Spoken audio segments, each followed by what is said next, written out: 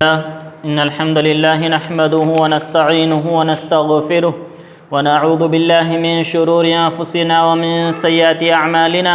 من يهده الله فلا مضل له ومن يضلله فلا هادي له، وأشهد أن لا إله إلا الله وحده لا شريك له، وأشهد أن محمدا عبده ورسوله. أما بعد، فإن خير الحديث كتاب الله، وخير الهدي هدي محمد صلى الله عليه وسلم، وشر الأمور محدثاتها، وكل محدثة بدعة، وكل بدعة ضلالة، وكل ضلالة في النار. فأعوذ بالله من الشيطان الرجيم. بسم الله الرحمن الرحيم. يا أيها الذين آمنوا اتقوا الله حق تقاته ولا تموتن إلا وأنتم مسلمون.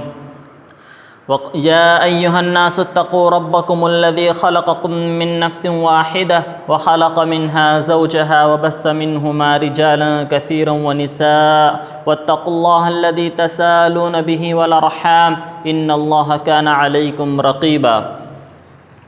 وقال تعالى في القرآن المجيد: فاذكروني أذكركم. وقال النبي صلى الله عليه وسلم: وعن معاذ بن جبل رضي الله عنه قال: قال رسول الله صلى الله عليه وسلم: أي الإيمان أفضل؟ وقال: تحب لله وتبغض لله وتؤمن لسانك في ذكر الله. فما ذاك؟ قال: تحب لنفسي ما تحب للناس ما تحب لنفسي، وتقرأ للناس كما ما تقرأ لنفسي، او كما قال علیہ الصلاۃ والسلام. تمام قسم کی تعریف، توصیف، حمد و ثنا، عظمت و کبریائی و بزرگی اس اللہ وحدہ لا شریک خالق کائنات مالک ارض و سما کے لیے لائق و زیبا ہے، جس اللہ تبارک تعالیٰ نے ہمیں بے شمار نعمتوں سے نوازا ہے. اور سب سے بڑی نعمت جو اللہ تبارک تعالیٰ نے ہمیں دی ہے وہ ایمان کی نعمت ہے. آئیے اس اللہ کی تعریف میں ہم وہ دو کلمات کہتے ہیں جو اللہ تبارک تعالیٰ کو بہت ہی زیادہ پسندیدہ ہیں اور ہمارے لیے بہت ہی مفید ہے. سبحان اللہ و بحمدہ، سبحان اللہ العظیم. اس کے بعد درود و سلام ہو تمام انبیاء کرام پر، خصوصاً ہمارے اور آپ کے آخر رسول جناب محمد الرسول اللہ صلی اللہ علیہ وسلم پر. اللہم صلی علی محمد وعلی آل محمد کما صلیت علی ابراہیم وعلی آل ابراہیم انک حمید مجید. اللہم بارک علی محمد وعلی آل محمد کما بارکت علی ابراہیم وعلی آل ابراہیم انک حمید مجید. محترم حاضرین، اللہ نے یہ عظیم نعمت جو ایمان سے ہمیں نوازا ہے، ایمان کی یہ خصوصیت ہے کہ یہ بڑھتا اور گھٹتا رہتا ہے. ایمان لانے کے بعد اللہ پر توکل، یقین، بھروسہ، اس کی کیفیت جو ہوتی ہے وہ بڑھتے اور گھٹتے رہتی ہیں.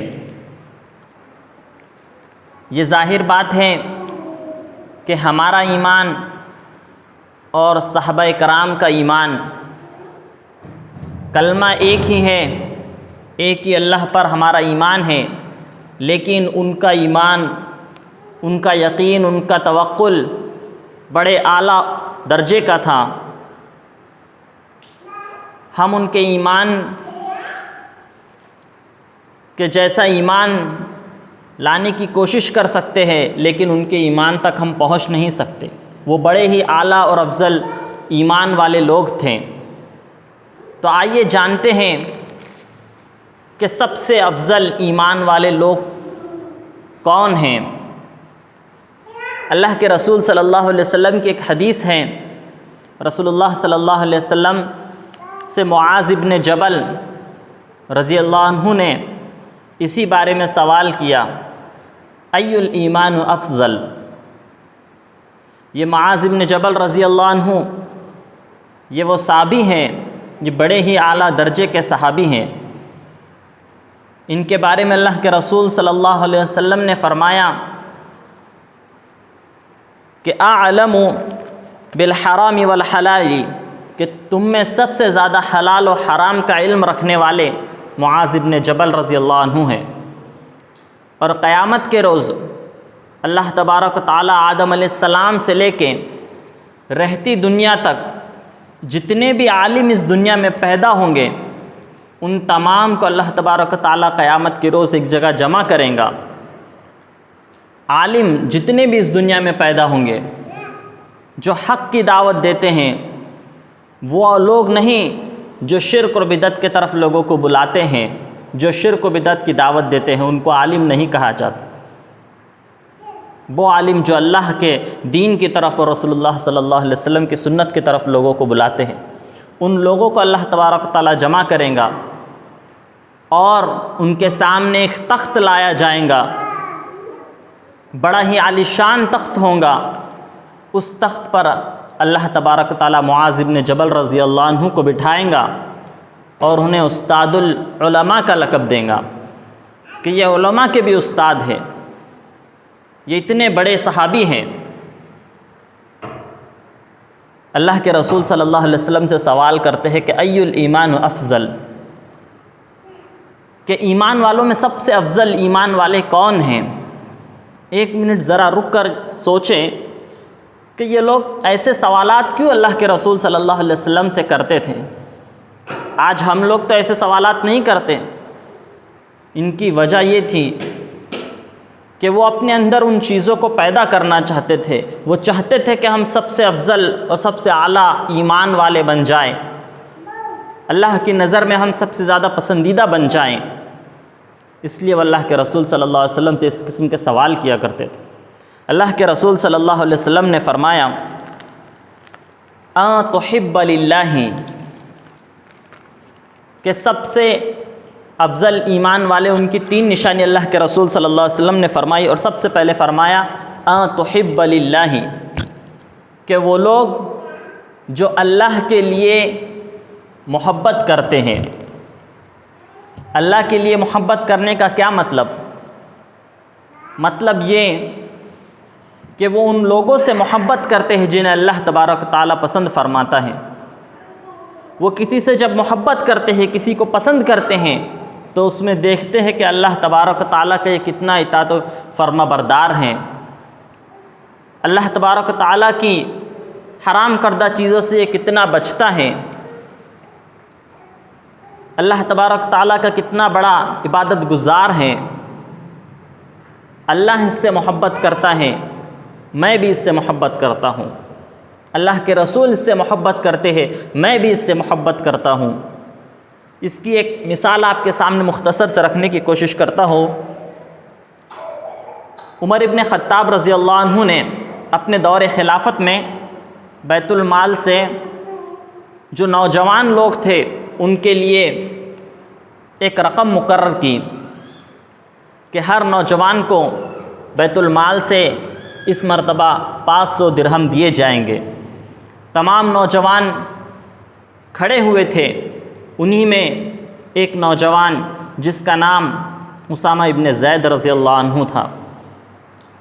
یہ اسامہ ابن زید رضی اللہ عنہ زید بن حارثہ جو رسول اللہ صلی اللہ علیہ وسلم کے خادم خاص تھے، جو ہر وقت آپ کی خدمت میں لگے رہتے تھے، ان کے بیٹے اسامہ ابن زید رضی اللہ عنہ۔ اور اسامہ ابن زید رضی اللہ عنہ سے اللہ کے رسول صلی اللہ علیہ وسلم انتہائی محبت کیا کرتے تھے۔ یہ بڑی مشہور بات تھی کہ اللہ کے رسول صلی اللہ علیہ وسلم اس نوجوان کو بڑا ہی پسند کرتے ہیں، اس نوجوان سے بہت ہی محبت کرتے ہیں۔ اس کی ایک مثال آپ کے سامنے دوں کہ فتح مکہ کے موقع پر جب مکہ کی ایک قریشی عورت نے چوری کر دی اس نے، تو اللہ کے رسول صلی اللہ علیہ وسلم نے اس کے ہاتھ کو کاٹنے کا حکم دیا۔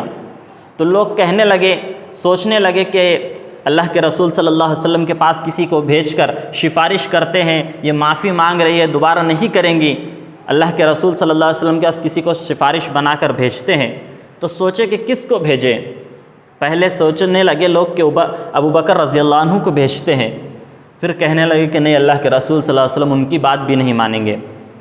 پھر سوچنے لگے کہ عمر ابن خطاب رضی اللہ عنہ کو بھیجتے ہیں، تو پھر کسی نے کہا کہ وہ ان کی بات بھی نہیں مانیں گے۔ پھر بڑا مشورہ کرنے کے بعد یہ طے ہوا کہ اسامہ ابن زید رضی اللہ عنہ کو رسول اللہ صلی اللہ علیہ وسلم کے پاس بھیجتے ہیں۔ اللہ کے رسول صلی اللہ علیہ وسلم ان سے بڑی محبت کرتے ہیں، ان کی بات اللہ کے رسول صلی اللہ علیہ وسلم ضرور مان لیں گے۔ ان کو لوگوں نے بڑا چڑھایا، وہ اللہ کے رسول صلی اللہ علیہ وسلم کے پاس پہنچتے ہیں اور کہتے کہ اللہ کے رسول صلی اللہ علیہ وسلم یہ عورت معافی مانگ رہی ہے، آپ اسے چھوڑ دیجئے، بخش دیجئے۔ اللہ کے رسول صلی اللہ علیہ وسلم نے فرمایا کہ تم اللہ کے حدود کی سفارش کرنے آئے ہو، اللہ نے جو حدود قائم کی ہے تم اس کی سفارش کرنے آئے ہو، اگر میری بیٹی فاطمہ بھی چوری کر دی تو میں اس کا ہاتھ کاٹنے کا حکم دیتا۔ تو یہ مثال اللہ کے رسول صلی اللہ علیہ وسلم کے پاس انہیں سفارش بنا کر لوگ بھیجا کرتے تھے۔ اسامہ ابن زید رضی اللہ عنہ، ان سے اللہ کے رسول صلی اللہ علیہ وسلم بہت ہی محبت کیا کرتے تھے، تو وہ نوجوان بھی اس بھیڑ میں شامل تھے۔ جب ان کا نمبر آیا تو عمر ابن خطاب رضی اللہ عنہ نے انہیں 1000 درہم دیے، سب کو 500 دیے، اور لیکن ان کو 1000 دیے۔ جب یہ بات مشہور ہو گئی کہ اسامہ ابن زید کو تو 1000 درہم ملے ہیں، باقی سب کو 500 ملے، سب لوگوں کے اندر افراتفری مچ گئی کہ ان کو عمر ابن خطاب رضی اللہ عنہ نے اتنے زیادہ روپیے کیوں دیے۔ اب ڈائریکٹ تو ان سے سوال نہیں کر سکتے تھے، اس لیے ان کے بیٹے عبداللہ ابن عمر کے پاس لوگ گئے اور ان سے پوچھے کہ تمہیں کتنے ملے؟ تو انہوں نے کہا کہ مجھے 500 ملے۔ تو کہتے دیکھو کیسا باپ ہے کہ اپنے بیٹے کو تو 500 دے رہا ہے اور دوسرے کو 1000 دے رہا ہے۔ تب لوگوں نے انہیں کہا کہ جاؤ اپنے باپ سے سوال کرو کہ ایسے پہلے باپ ہے جو اپنے بیٹے سے زیادہ کسی اور کو دے رہے ہیں۔ تب وہ ان سے جا کر سوال کرتے کہ اے ابو جان، آپ نے مجھ سے زیادہ کسی اور کو، کیا آپ میرے سے زیادہ کسی اور کو محبت کرتے ہیں؟ تب انہوں نے کہا کہ اے بیٹے، میں تجھ سے تو محبت کرتا ہوں، لیکن اپنی محبت پر میں رسول اللہ صلی اللہ علیہ وسلم کی محبت کو غالب رکھتا ہوں کہ اللہ کے رسول صلی اللہ علیہ وسلم اس شخص سے بہت ہی محبت کیا کرتے تھے، اس لیے میں نے اللہ کے رسول صلی اللہ علیہ وسلم کی محبت کو غالب رکھتے ہوئے اسے کچھ زیادہ دیا ہے۔ محبت اس لیے کہ اللہ کے رسول صلی اللہ علیہ وسلم اس شخص کو پسند کرتے تھے، اس لیے میں بھی اسے پسند کرتا ہوں۔ یہ پہلی نشانی اللہ کے رسول صلی اللہ علیہ وسلم نے پہلا عمل جو بتایا کہ کسی سے محبت کرو تو صرف اس بنا پر کہ اللہ اس سے محبت کرتا ہے، اللہ کے رسول صلی اللہ علیہ وسلم اس کو پسند کرتے ہیں، اللہ کے رسول صلی اللہ علیہ وسلم اس کے اعمال کو پسند کرتے ہیں، وہ اللہ کا کتنا اطاعت و فرما بردار ہے، اس بنا پر کسی سے محبت کرو۔ محبت ایسی ہونی چاہیے اپنے غرض کے لیے، دنیاوی فائدوں کے لیے جو لوگ آج ایک دوسرے سے محبت جتلاتے ہیں، ایک دوسرے کو دعوتیں پر کھلاتے ہیں پلاتے ہیں، یہ اس کی نشانی نہیں۔ محبت ان سے کرو جن سے اللہ محبت کرتا ہے، ایمان والوں سے محبت کرو، تقوی والوں سے محبت کرو۔ اسی طریقے سے اللہ کے رسول صلی اللہ علیہ وسلم نے دوسری چیز فرمائی، تبغض للہ، کہ اگر کسی سے نفرت کرو تو صرف اللہ کے لیے۔ جو لوگ اللہ سے نفرت کرتے ہیں، اللہ کے رسول صلی اللہ علیہ وسلم سے نفرت کرتے ہیں، ان لوگوں سے تم نفرت کرو۔ ایسے لوگ جو اللہ کے دین کے خلاف کام کرتے ہیں، اللہ کے رسول صلی اللہ علیہ وسلم کی سنتوں کو بگاڑتے ہیں، بدعت کی طرف لوگوں کو بلاتے ہیں، ان لوگوں سے تم نفرت کرو۔ نفرت ہونی چاہیے تو اللہ کے لیے نفرت ہونی چاہیے۔ اس کی بھی ایک مثال آپ کے سامنے رکھتا ہوں۔ ایک مرتبہ جنگ کے موقع پر منافقوں کے سردار عبداللہ ابن ابی ابن سلول، جو منافقوں کا سردار تھا، اس نے ایک بات کہہ دی کہ جب ہم یہاں سے مدینہ واپس لوٹیں گے تو ان ذلیل کتوں کو ہم یہاں سے نکال پھینکیں گے۔ صحابہ کرام کو اور رسول اللہ صلی اللہ علیہ وسلم کو اس نے ذلیل کہا، اور یہ بات بڑی مشہور ہو گئی کہ عبداللہ ابن ابی نے صحابہ کرام کو ذلیل کہا۔ جب یہ بات پھیلنے لگی تو اسی کے بیٹے جس کا نام عبداللہ تھا، جو کہ سچے پکے مومن تھے، ان تک بھی یہ بات پہنچی کہ میرے باپ نے رسول اللہ صلی اللہ علیہ وسلم کو اور صحابہ کرام کو ذلیل کہا ہے۔ تب انہوں نے مدینہ کے راستے پر ایک تلوار لے کر کھڑے ہو گئے، اور جیسے ہی ان کا باپ مدینہ میں داخل ہونے لگا تو کہا کہ بس تم یہیں رک جاؤ، جب تک اللہ کے رسول صلی اللہ علیہ وسلم نہیں آتے تم یہاں سے ہل نہیں سکتے۔ جب اللہ کے رسول صلی اللہ علیہ وسلم آئے تو انہوں نے اللہ کے رسول صلی اللہ علیہ وسلم کو بتلایا کہ انہوں نے آپ کو ذلیل کہا ہے، اور میں گواہی دے دیتا ہوں کہ اللہ کے رسول سے محبت کرنے والے ان لوگوں سے محبت نہیں کرتے جو اللہ کے رسول صلی اللہ علیہ وسلم سے نفرت رکھتے ہیں، بغض اور عداوت رکھتے ہیں۔ اور اس کی مثال میں پیش کر دینا چاہتا ہوں، میں اگر آپ حکم دیں تو میں اس کا سر اس کے تن سے الگ کر دوں۔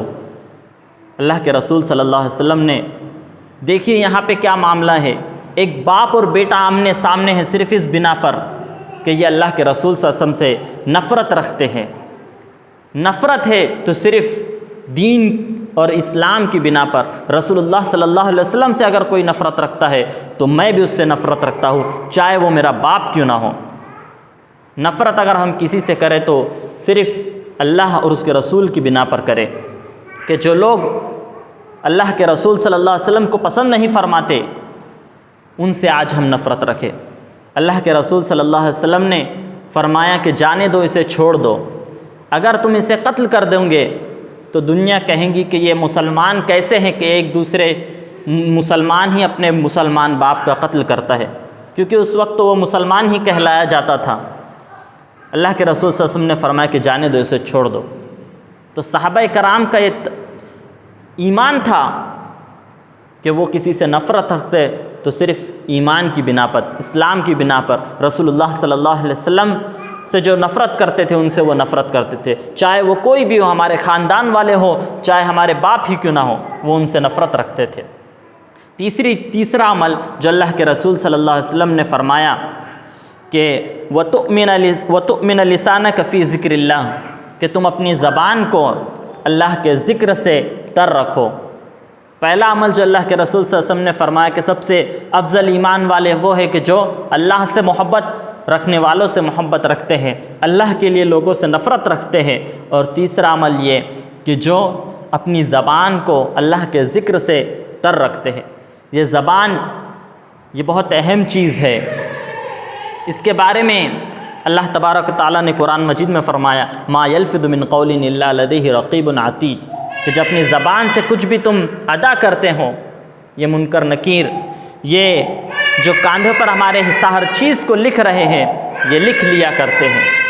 زبان کا بڑے ہی اہتمام کے ساتھ ہمیں استعمال کرنا چاہیے۔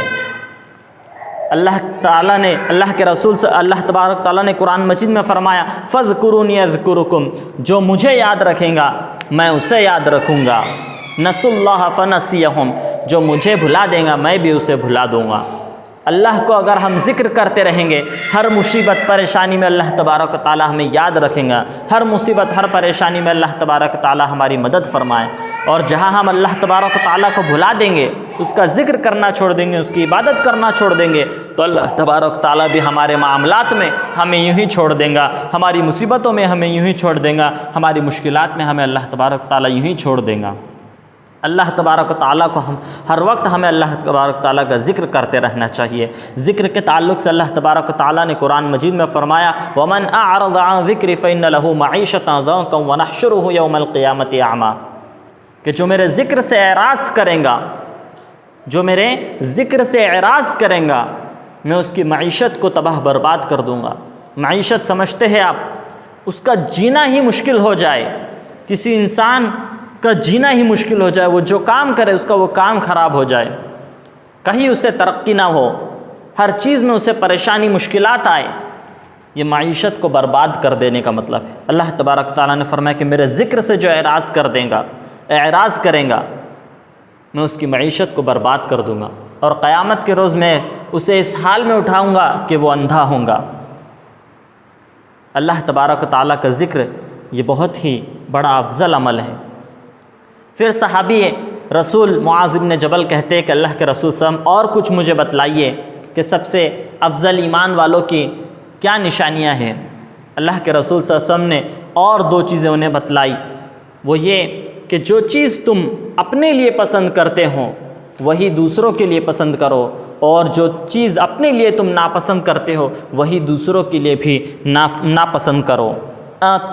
تحب لسانہ ما تحب لنفسی وتقرأ للناس ما تقرأ لنفسی، کہ جو چیز ہم اپنے لیے پسند کرتے ہیں وہی دوسروں کے لیے پسند کرے، اور جو چیز ہم دوسروں کے اپنے لیے ناپسند کرتے ہیں، آج ہم پسند نہیں کرتے کہ کوئی ہماری عزتوں کو اچھالے، ہمیں ہماری غیبت کرے، ہماری چگلی کرے، ہمیں برا بلا کہیں، ویسے ہی ہم دوسروں کے بارے میں بھی سوچیں کہ دوسروں کی بھی ہم چگلی نہ کرے، غیبت نہ کرے، کسی دوسرے کے بارے میں بھی برا بلا نہ کہیں۔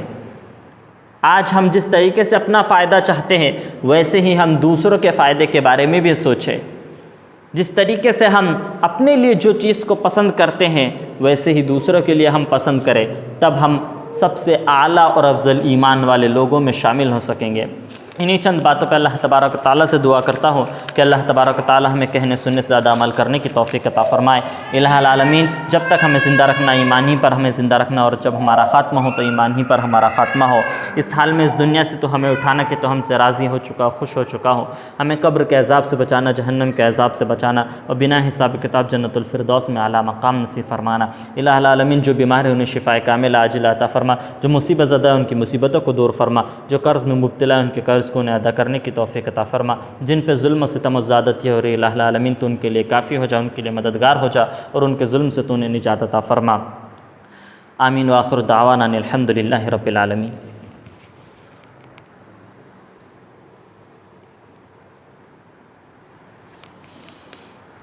ان الحمد للہ نحمده ونستعینه ونستغفره ونعوذ باللہ من شرور انفسنا ومن سیئات اعمالنا، من يهده الله فلا مضل له ومن يضلله فلا هادي له، واشهد ان لا اله الا الله وحده لا شريك له، واشهد ان محمدا عبده ورسوله، اما بعد۔ ان اللہ یأمر بالعدل والإحسان وإیتاء ذی القربى وینہی عن الفحشاء والمنکر والبغی یعظکم لعلکم تذکرون، اذکروا اللہ یذکرکم وادعوہ یستجب لکم، ولذکر اللہ تعالی اعلی وأولی وأتم وأهم وأکبر۔